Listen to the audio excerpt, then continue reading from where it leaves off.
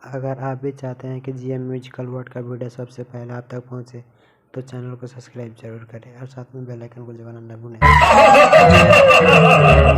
देखो, अरे यो पूछा ना बात हो, मेहरारू का खर्चा मारा देनु उठावेला। हम 5 लाख बैंक में रखला बानी मेहरारू खातिर, माने तोहरा खातिर नु। अच्छा तो ठीक है, मैं तुम्हारे साथ लिव इन रिलेशनशिप में रहूंगी, लेकिन शादी हिरण बनने की बात करूंगी। लिविंग लिव इन मतलब बिना शादी किए साथ में रहना। अरे बाप रे बाप, बिना बियाह के साथ में ई नहीं क्यों हो सकत। बाबूजी के पता चली मुआ दिए, ई नहीं क्यों हो सकत। अरे तू अगर बाप के नहीं खुजाना। बाबू, क्या तुम अपनी सोना के लिए, उसके सपनों के लिए, उसकी इस खुशी के लिए इतना नहीं कर सकते? और क्या रखा है ये एड़ा पेड़ा बखेड़ा में? अगर मन से मीत मान लिया तो बन जाऊंगी मैं मीत। रो मत, तब तो तू नहीं तो हमू रोवे लगा। आज के बाद तारा आंख में आंसू ना आवे के चाहिए। तारा आंख में आंसू के मतलब निरहुआ हिंदुस्तानी के प्यार के बदनामी। चला तारा के जब पति मारे के बाद मनी हो, लेकिन हम तारा के आजे से बिना बिया है कि अपना जन्म जन्म के साथी मान लेंगी। तो ठीक है बाबू, अब से हम है ना शॉल में नहीं फ्लैट में रहेंगे। वो तो बड़ा महंगा हुई। अभी तो तुमने कहा ना कि तुमने बैंक में 5 लाख रखे हैं मेरे लिए, तो क्या तुम अपनी सोना के लिए इतना नहीं करोगे? चला ठीक बात, आज से निरहुआ हिंदुस्तानी के मेहरारू फ्लैट में रही।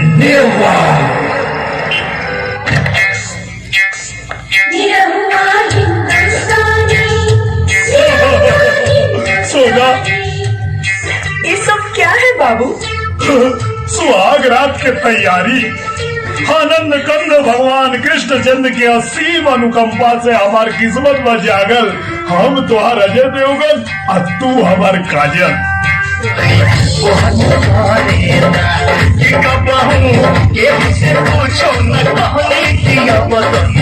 ये सब शादी के बाद करें। और बोल पड़ता नहीं, बोल नहीं करे बाबू प्लीज सोना। चली और रो मत। हम जाते। जल्दी जाओ बाहर जाओ। अच्छा सोना, हम यहाँ नीचे सूत जाए? नीचे नहीं, बाहर जाके सो। जाओ। सोना, तोरा माई की गिरिया हम कुछ न कर, खाली अंगूठा पकड़ के सूत जाए। इससे क्या होगा?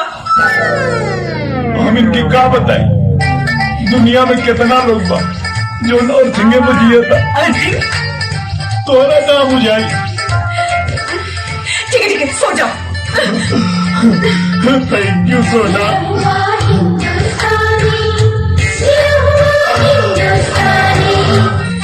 निरहुआ ब्याह का लेला का? निरहुआ ब्याह का लेला ब्याह?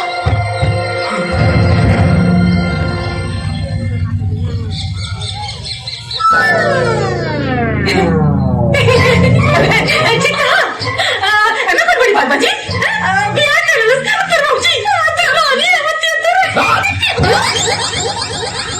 हराम खो नारायण, रुक दोरा के बताओ तनी। आई हो बाप, अरे मोबाइल मारे ले हमके।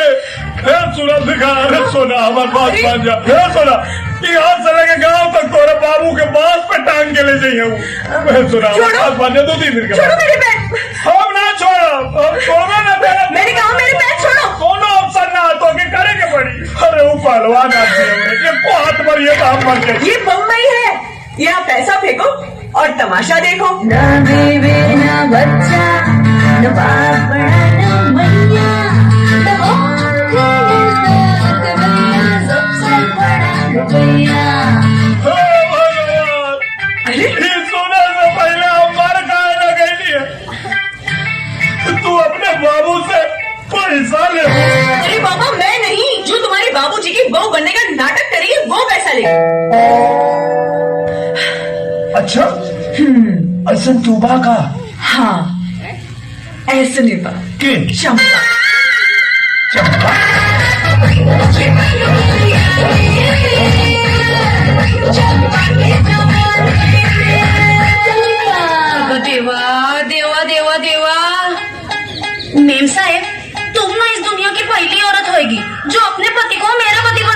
चाहती है और उसके लिए मेरे को पैसे भी दे रही है।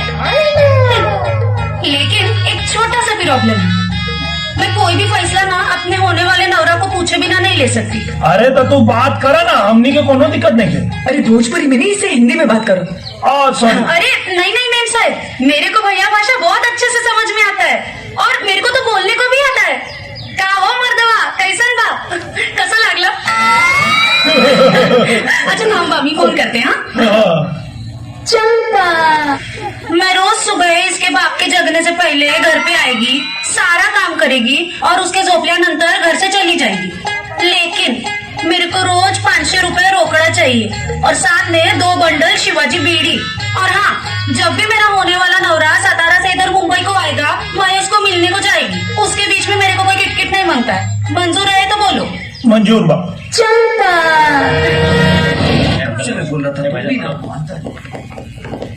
हाय। ये क्या हो रहा है? नमस्ते। ये क्यों नमस्ते है?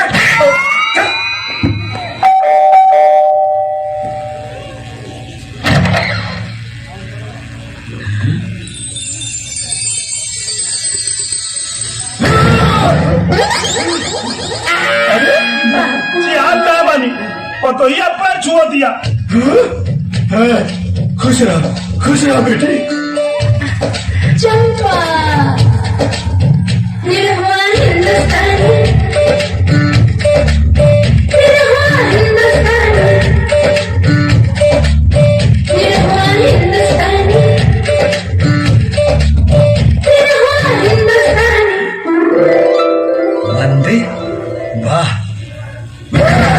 अरे बाबूजी, बार बार चिमकत कहे बानी? अरे पतोहिया पैर धोवतिया।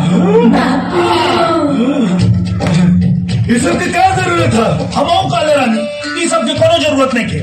बाकी माने तब ना पातिया बाबूजी पहला बार हमारा घर में आवता रहे, उनकर पैर धो के पूरा घर में छिड़काओ, कोना कोना में छिड़काओ और छिड़कला से हमारा घर में सुख शांति समृद्धि आई।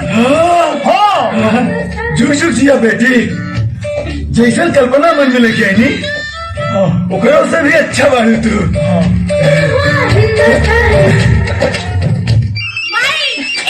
बाबूजी के फोन। हेलो।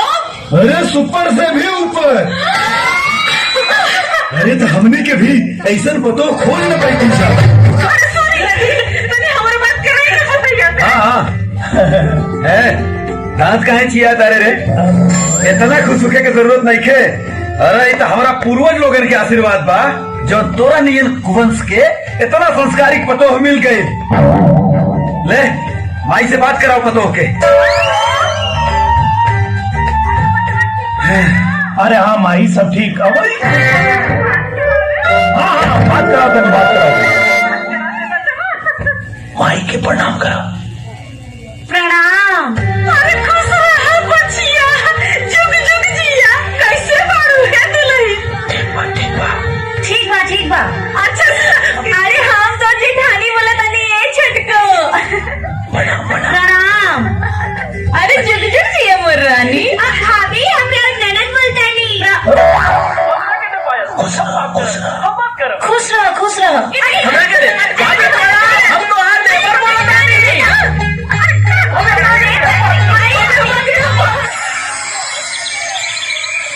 और चाहिए दबा की खाली पकौड़िया खिलाई बा।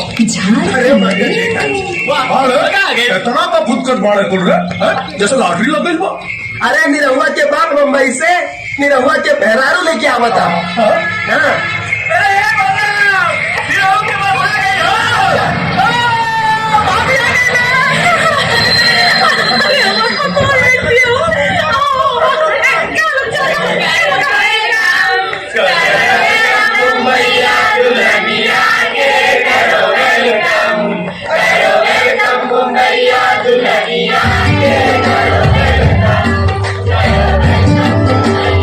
मालिक तू लाइन गोल रखिए तबे जमीन पे, पहले नोट रखिए हाथ पे गिन के। अरे दिल खोल के दी। आई ले रुपया गिन के